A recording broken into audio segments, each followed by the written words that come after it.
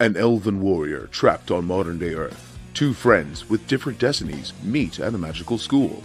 These are some of the stories we at Electric Lips Comics are working on. You can get your copies of both The Mana Chronicles and Tales of Mithril at elpmerch.com. Support independent creators. Explore the merch featuring exciting ELP Comics art with a wide range of designs. Electric Lips Comics. Imagination electrified.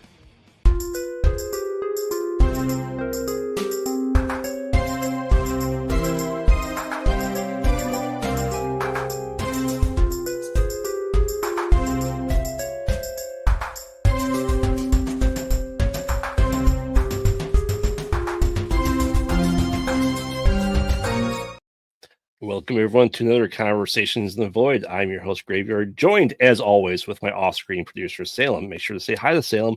He likes to hear everyone's comments and see everyone's comments as well. So without further ado, I am pleased to introduce our guest for tonight, actor, dancer with works including The Woods, Lorna and Tales from the Rabbit Hole. Please welcome to the show, Troy Tripicchio. Hey, how you doing tonight, sir? I'm good. Thanks for having me, Graveyard. It's exciting. Of course, and thank you for the screener for The Woods. I will get into that a little bit later here, but no problem. I'm happy that I was able to get it for you. That's really exciting.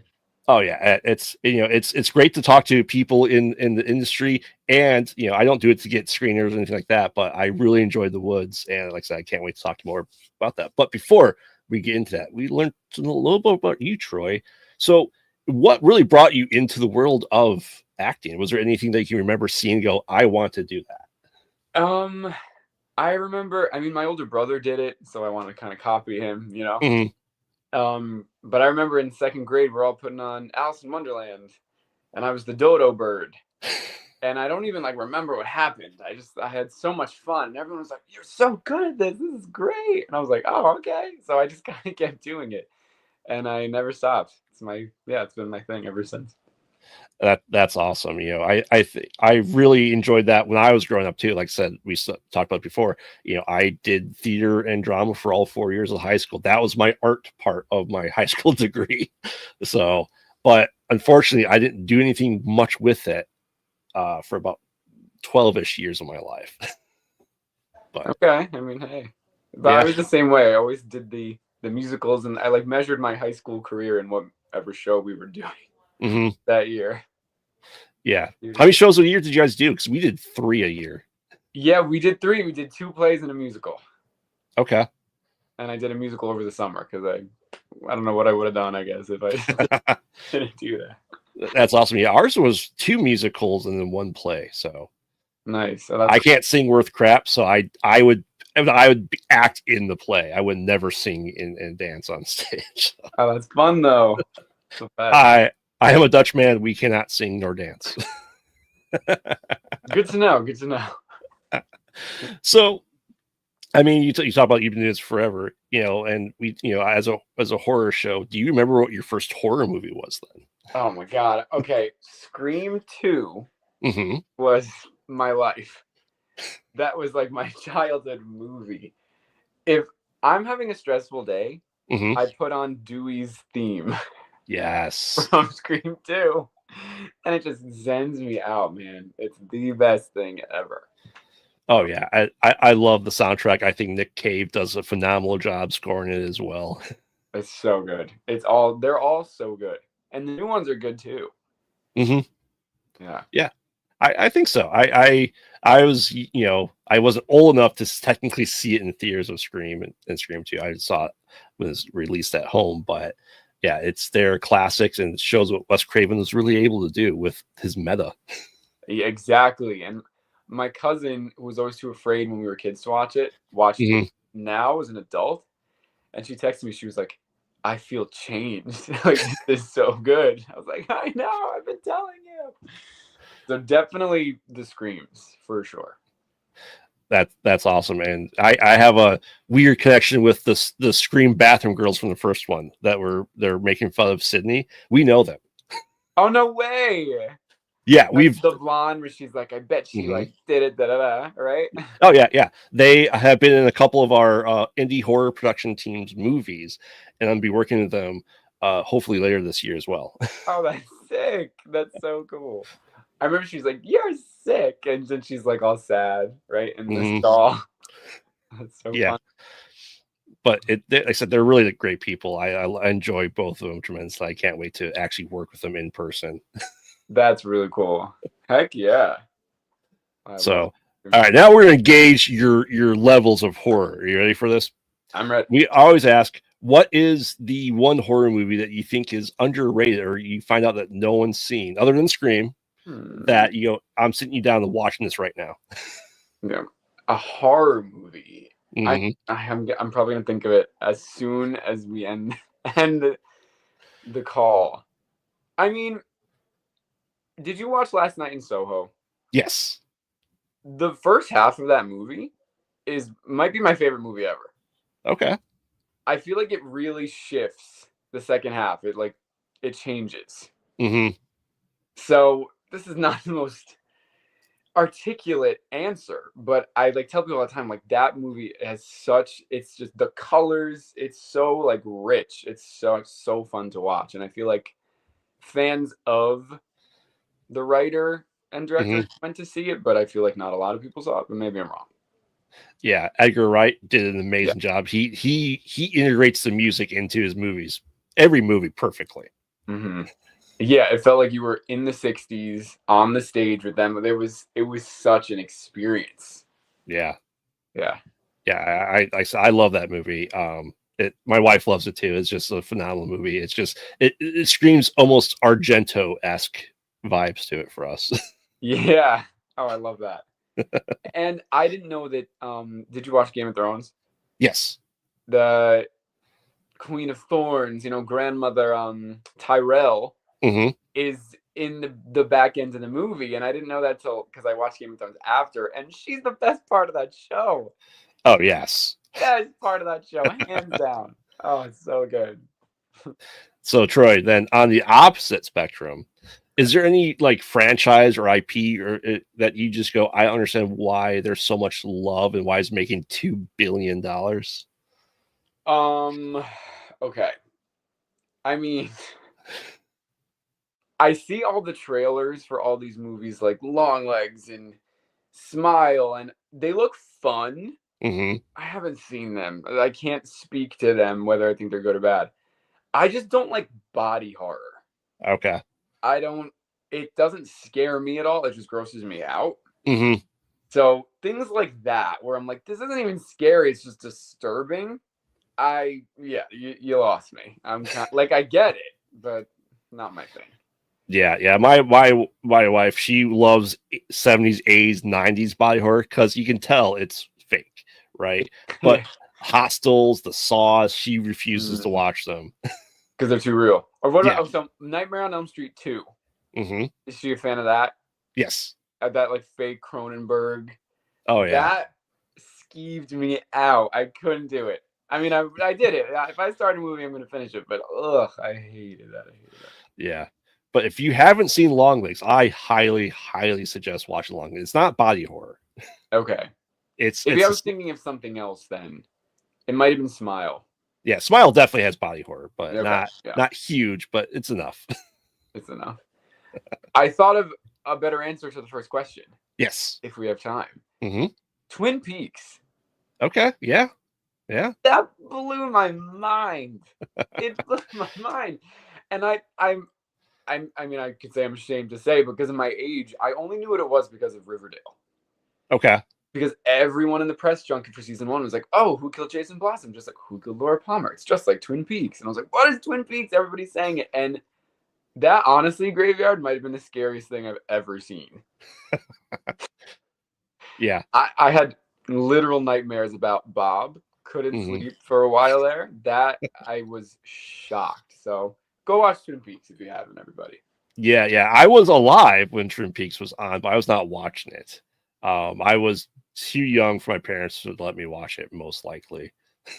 Understandably so.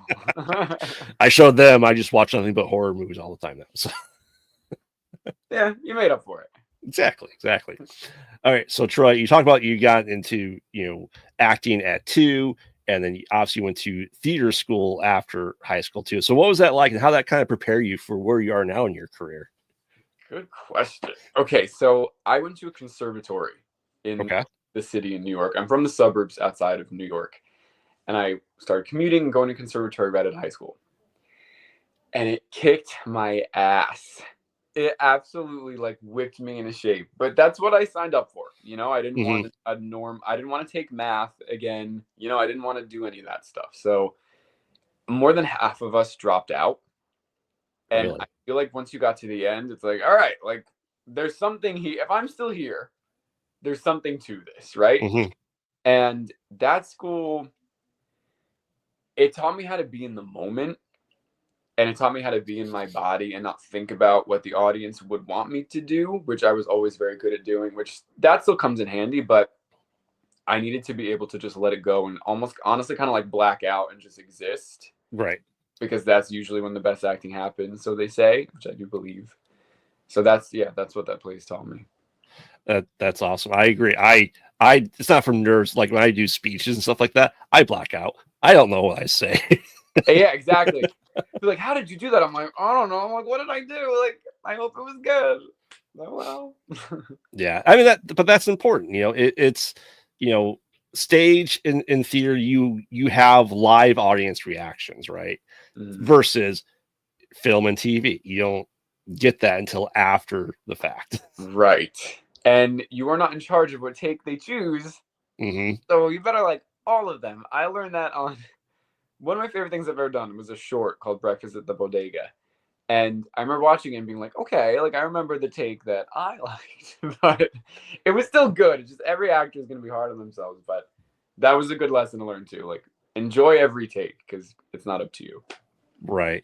Is that you the biggest change for you from stage to film and TV? Pretty much. I mean, and being comfortable acting with 40 people in your face. Like the guy's holding the boom, or woman, whoever is holding the boom, someone's shining a light in your face, getting the right lighting, and they're all like this, hoping that you get the shot. And you have to like cry to your mom or your lover or whoever.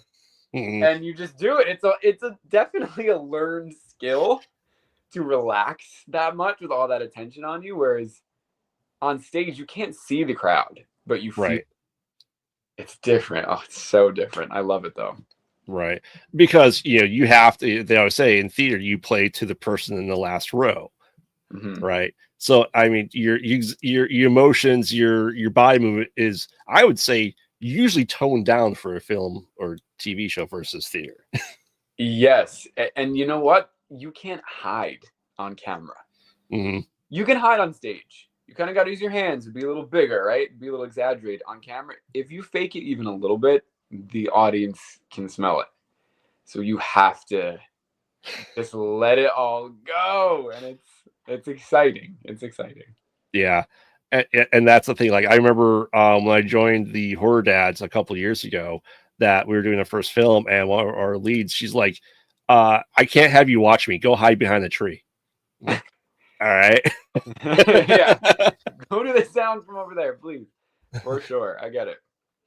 So, with all that kind of being said, what do you look for then in your role? Because you still do stage too, right? I do. Yeah, I love the stage.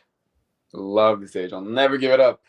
But right now, honestly, it changes. I was on a comedy kick for a while. COVID hit. I had nothing to do and was freaking out. So I made all these skits I downloaded TikTok like every other person my age and just made these videos of I was like, what can I make videos about? I made videos about the zodiac signs. And I had all these characters for all the signs, and they were all yelling at each other and fighting and dating, and it was fun and it was funny. And I learned like, okay, like I guess I'm funny. So and then last year, I moved back to the city. I was in the Friends off-Broadway musical parody for about a year. Okay. And that was so fun. And I got to ad-lib and add my own stuff. And I really enjoyed being funny until I didn't anymore. I was like, I think I want to be a little more serious. So right now, I guess to answer your question, long-winded answer to your question, I'm looking for a little more intensity in Mhm. my roles. And I think The Woods was the beginning of that because he's grounded, he's sensitive, he's the funny guy in the beginning. And then when shit gets real, Yeah. he really takes charge. Mhm. And I loved that about him. I loved that. I got to be both, you know? I got to be funny and commanding. And I'm like, you don't see parts like that every day. So that was so beyond special to me. Yeah. And that's good. You know, I didn't realize that Friends had a musical or Broadway parody because my wife is, you know, we grew up in the 80s and 90s. She's a huge Friends thing, and she would have loved to have seen it. Oh, you gotta go. I Guaranteed mean, it. I'm no longer, I'm the swing anyway. I was, but you definitely go if you're ever in the city. Because if I read it correctly, you played all three males and then Janice as well. Yes. Okay. So I like am convinced. I will believe this to the day I die that my Janice impression got me that job because I sing them a song. You've seen The Wedding Singer, right? Yes. I sang, somebody kill me, please. And it was going great. I messed up the high note at the end. I was like, oh, great, I'll never work in this town again. And then she had me do Janice's laugh. And then they called me like an hour later. So I had to be the understudy for Chandler, who also plays Janice, Ursula, the evil twin, Marcel Mm-hmm. the monkey, Tom Selleck, all those things, and also Ross and Joey and Gunther, but that was a rare find. Yeah. Did you have the downstairs neighbor? No, we didn't. I mean, we had the ugly naked guy, but just looking into the audience, like, oh, there he is. Okay. That's a wild show. Oh my god, that show is insane, and the crowd was always so fun because they give them drinks before, try to loosen them up. It's right in Times Square, so that is a crazy crowd. Yeah, I have to ask because we had the actor who played the downstairs neighbor on this show. No way! Oh, that's awesome. Yeah. Full circle. Yeah, Larry Hankin, really awesome guy. That's really cool. Oh, I love that. Yeah. I mean, that's for a year. That you consider that to be a long time in doing the same play, right? I do, and honestly, I stayed because you say that to another performer in the city, and they're like, "What, a year?" Nobody does contracts for that long. I shouldn't say no, but the more I auditioned and met people at open calls and stuff, that's a very long time. And even the turnover I saw in the cast, it was a long time. But I was the swing, so they'd pay me to show up, hang out backstage, and then after intermission, if no one broke a leg, literally, I would go see a show or go live my life. And the shortest notice I ever got before going on was about 3 hours. Okay. And it shouldn't be that scary because you're supposed to be, always fine tuning, always ready. That's the thing is you relax, but you also don't want to fully relax because if they need you in the moment, you got to be there. Right. And I told the producer at the audition, she was like, "Have you ever swung before?" I was like, "I have not." But she took a chance on me, and I think it really paid off.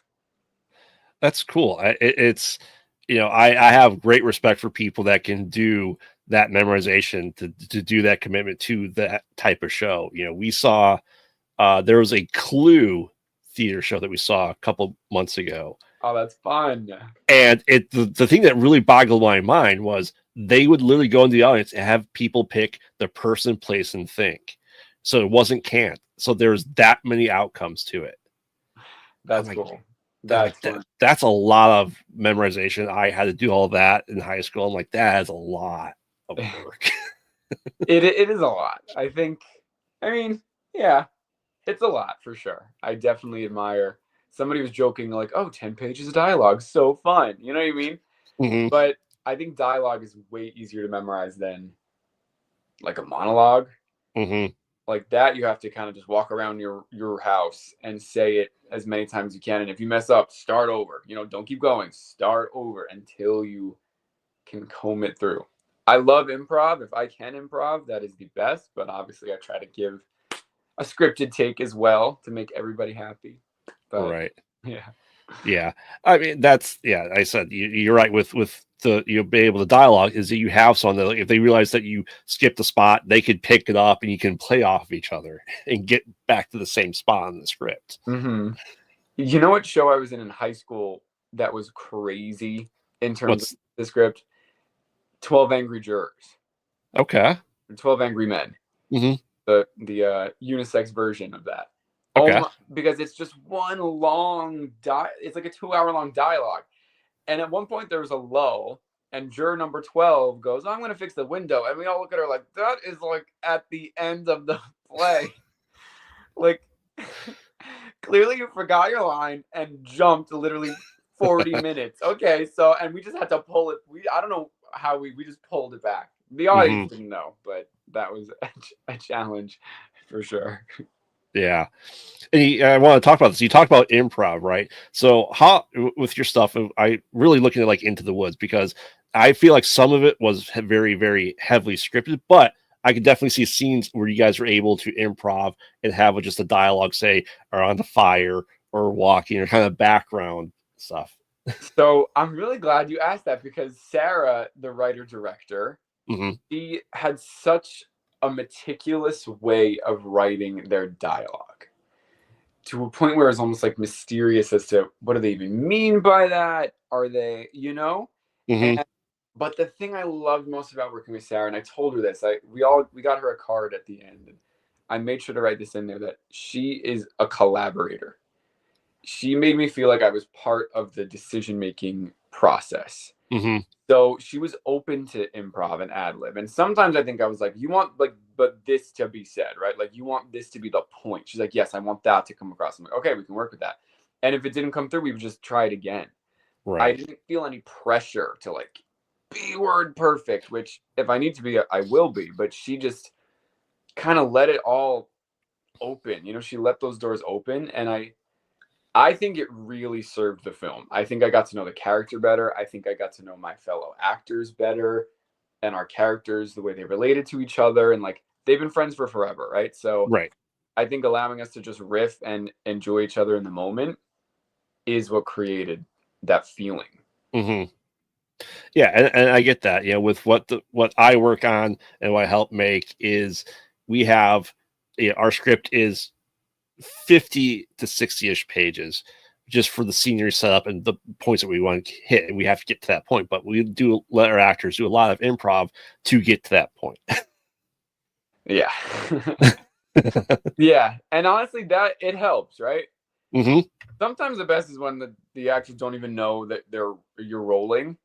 Right. One of the scenes in the film, she kind of tried to be like, the camera's not on, and we're like, all right, we know that it's on now. But I do appreciate what you're trying to do. And it did honestly it took the pressure away, which I think is key to any creativity. I think a little bit of pressure is required, but too much just kind of sinks you. Right. Yeah. And I get that. We talked to a lot of independent creators here on the show, and we have some people that are diehard. My word is the word that you say, nothing else. And we have people that just let it flow. And it's weird that you don't get too much in between. Yeah, that is kind of true.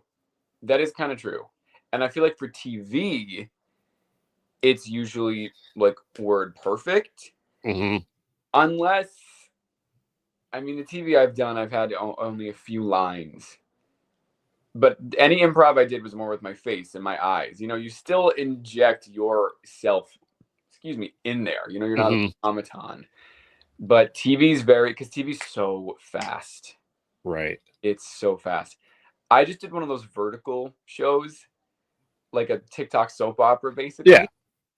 And that was the fastest set I've ever been on there. It was just like, say your line. And I was like, and you think you're going to get an adjustment, like, great, next. Like, they had a deadline. So, yeah, you have to be able to be word perfect. But I think in a perfect world, give us permission to at least riff for a few takes. You know what I mean? Give both. Oh, yeah. Yeah.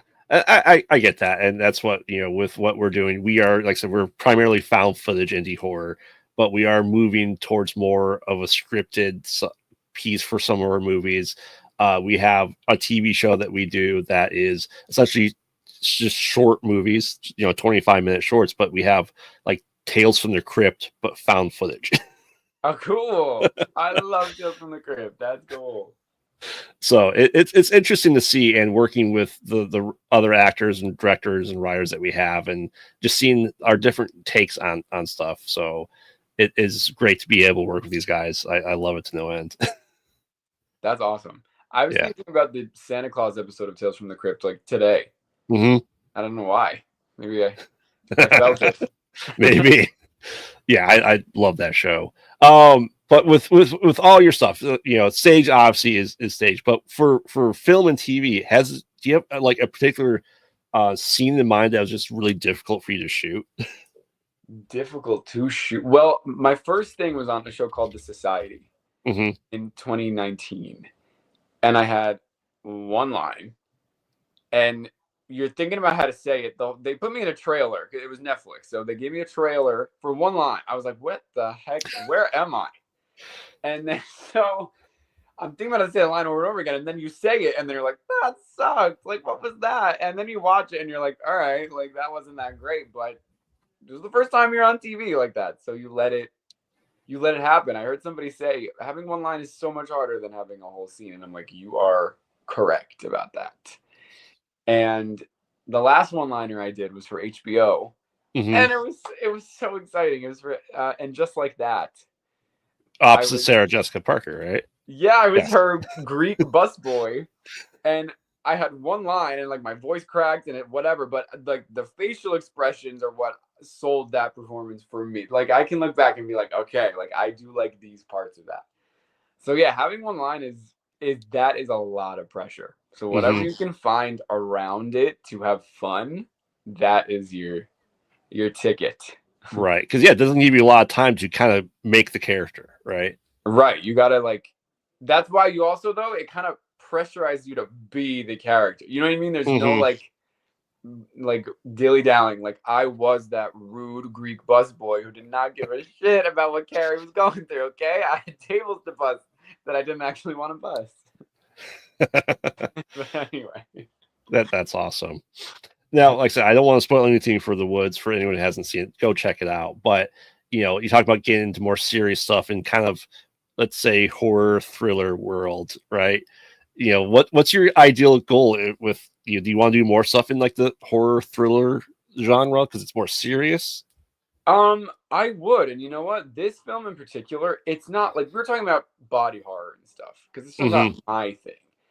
I think there's a place for gore. I think people go overboard with gore. I do personally. Maybe some people love gore. That's fine. This film is not like that. It's more like eerie, and it's like what's going on, and it's a very relationship oriented film. Yeah.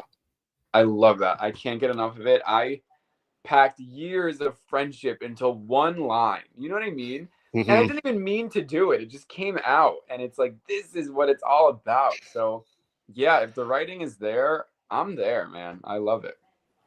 Yeah, and I have finally, see if it's true for you. Is like, especially in the indie world, is that once you work with people and you mesh well, you work with them again. You find ways to. Yes, absolutely. I got this job because my friend from acting school, who produces now, she just emailed me like, "Hey, I think you'd be good for this. You should send us a tape." So absolutely, that's job to job. That's how you build your network. It's great. Yeah, that's awesome. Yeah. Yeah, and so I can't wait to see you do more stuff. I'd love to see you. Maybe you don't want to watch body horror, but would you do body horror as a movie? Honestly, I'd consider it. Yeah, because making it, well, I don't know. I was gonna say making it might not be as gross as watching it, but I don't know why I think that.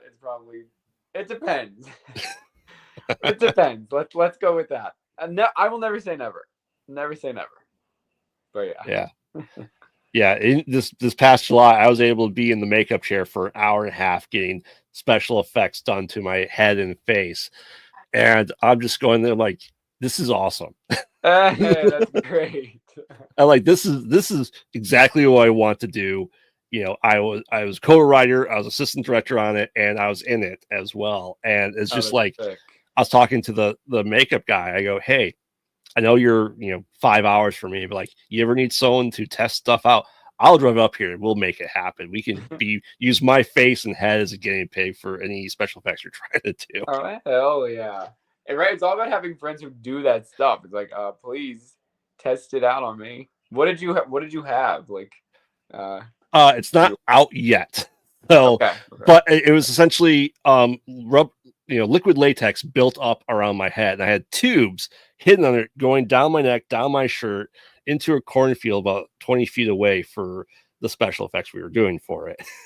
Oh, so you couldn't move around? No. Okay. So no.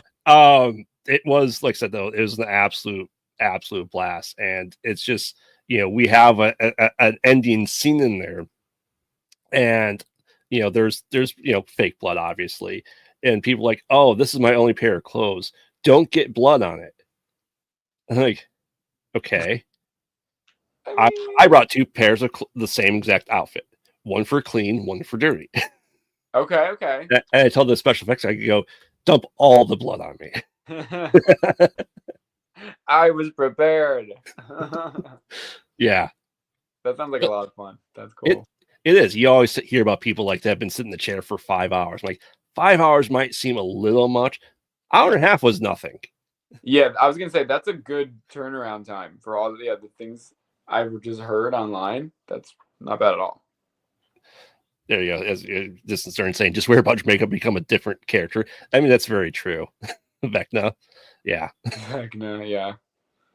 But yeah, but so I would love that. I'd love to do that. I'm figuring out a way for me to get into a suit for a character, a creature suit. So yeah, yeah. I want to do I want to learn not actual stunts, but I don't know. I watched Buffy growing up. I could do a round kick. You know what I mean? I just want to move around and punch stuff. To be honest with you. Oh yeah, it's good. I took a semester of stage fighting. Yeah, same here. Yeah, we didn't get to the swords unit, but I'm kind of grateful for that because we had the swords unit during the scene that we put on in the local park. Someone may have gotten slightly stabbed. Exactly. Yeah. Every time. That's why I'm like, hey, that's a good thing. But at least you're okay.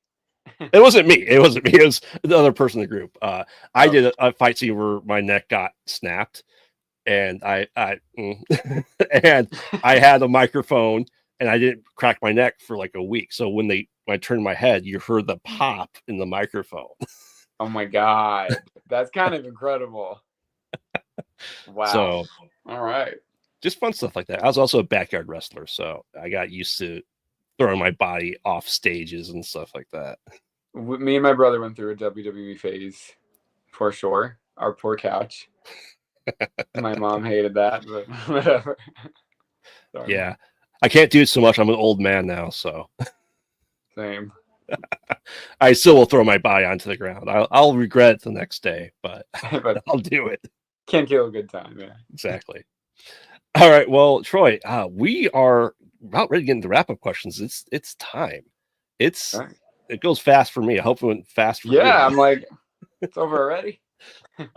So we're gonna get into the hardest questions ever. Okay. I said episode 72.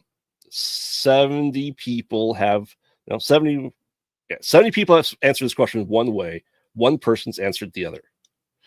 All right, you ready? Okay, yeah. Practical or CGI? Practical. Yeah. I think there's room for CGI, but practical. Oh yeah. Yeah, it's only one person's answered CGI. Okay. Because that's what he does for a living. That is fair. God bless him. God bless him. I just saw a video of practical versus CGI of the blood out of the elevator of The Shining. Mm-hmm. I added it to my watch later on YouTube because that seemed really interesting. So maybe I'll watch that. Yeah, you should. I think CGI has its place, and it's to enhance the practical. Right. You saw The Substance. Mm-hmm. That was all practical, right? Yes. I think that was kind of the point. I think that's what she was going for. Oh yeah. Then yeah, so if they can do it. Exactly. I love it. So all right. So if you, Troy, you're given your dream opportunity to act in an existing IP or franchise, what would it be? Oh man. Oh boy. I have to pick one. Just one. I mean, do you want to be in Scream 8? Oh my God, I'd love to be in Scream 8. Are you kidding me? Anything written by Kevin Williamson. Anything. Honestly, I'm watching the Dune show, Mm-hmm. and I'm like walking around my house, like, you know what I mean, like staring into the abyss. I'm like, I could be in Dune. Come on, I could be in the Dune stuff. I'm like, so many. A Scream 8, that's a good one. I would kill to be in Scream 8. Yeah. Hunger Games too. Oh my God. Hunger Games, Sunrise on the Reaping. Sign me up, please. I like to hear what people really want to do, because I would obviously, my favorite thing of all time is Evil Dead. I'd love to be in an Evil Dead movie, just to get killed, in an Evil Dead movie in like a gory, horrific way. Mm-hmm. Like, why not? Exactly. Feel that. I'll go sit in the makeup chair for 5 hours for 10 seconds of screen time. For Sam Raimi. Oh yeah, easily. All right, Troy. So, any advice for anyone getting into acting, whether it's in film or stage? Apply to everything. Don't be like, oh, I don't know if I'm right for that. Just submit. Do it. See how far you get. Getting the audition is round 2, right? Like sending your headshots round 1. Getting the audition is round 2. So keep the momentum going. Try everything. Enjoy your life. If all you're doing is waiting to get a job, you're gonna be miserable. Go outside, have things in your life you enjoy, travel. The more you enjoy yourself and have less time to act, the more the offers keep coming. At least that's what it sounds like a cliche, but I've seen it happen in my own life. So yeah, I mean, you have to apply to 100 jobs to get to one. Right. And then as soon as you're like, you know what, I'm going to study psychology in the Netherlands, I'm giving up, then you get an offer. That's how it works. So just try things. Be open. Yeah. All right. So ready for your random horror trivia question? Yes. Oh my God, I've been waiting. All right. Shadow the Vampire, starring William Dafoe and John Malkovich, fictionally chronicled the filming of what 1922 film? Nosferatu. Yes. Yes. Yes. There you go. Did you see the new one? Of course. That was kind of crazy. Of course, yeah. We do a movie review podcast. My producer and I, we do 3 or 4 movies a week. Okay, I have to watch. That episode. Yeah, that was our last episode for 2024. Okay, I will definitely be watching. Awesome. So, Troy, where can people find you, follow you, and learn everything about you and learn your upcoming works? Just my name. Google my name. So it's Troy Tripicchio, TroyTripicchio. It's like Pinocchio. Tripicchio. Pinocchio. 1 P, everybody. 1 P. People love to add 2 P's. My acting Instagram is just my name. I do have an astrology Instagram, AstroloTroy. It's all linked. My website is myname.com. My TikTok is my name. There it is. Thanks for asking. Awesome. Distance or Insight gave you an easy one. Huh? Distance or Insight gave you an easy question. I don't. Okay, you think? Wow. I mean, the 1922 is what clued me in. I was like, okay, it's got to be Nosferatu. Yeah. So I thought this is great having Willem Dafoe back in the new one. Yeah, he killed it. That was really fun. Yeah. Awesome. Well, thank you, Troy, for joining us tonight in Conversation with the Void. I hope you had a good time. You're welcome back anytime you want. Oh, that's awesome. Do Graveyard. Yes. Thank you so much. I loved this. Really. Thank you. Awesome. And everyone for watching now and in the future, we'll see you next time in the Void. And don't get lost in it. Good night. Good night.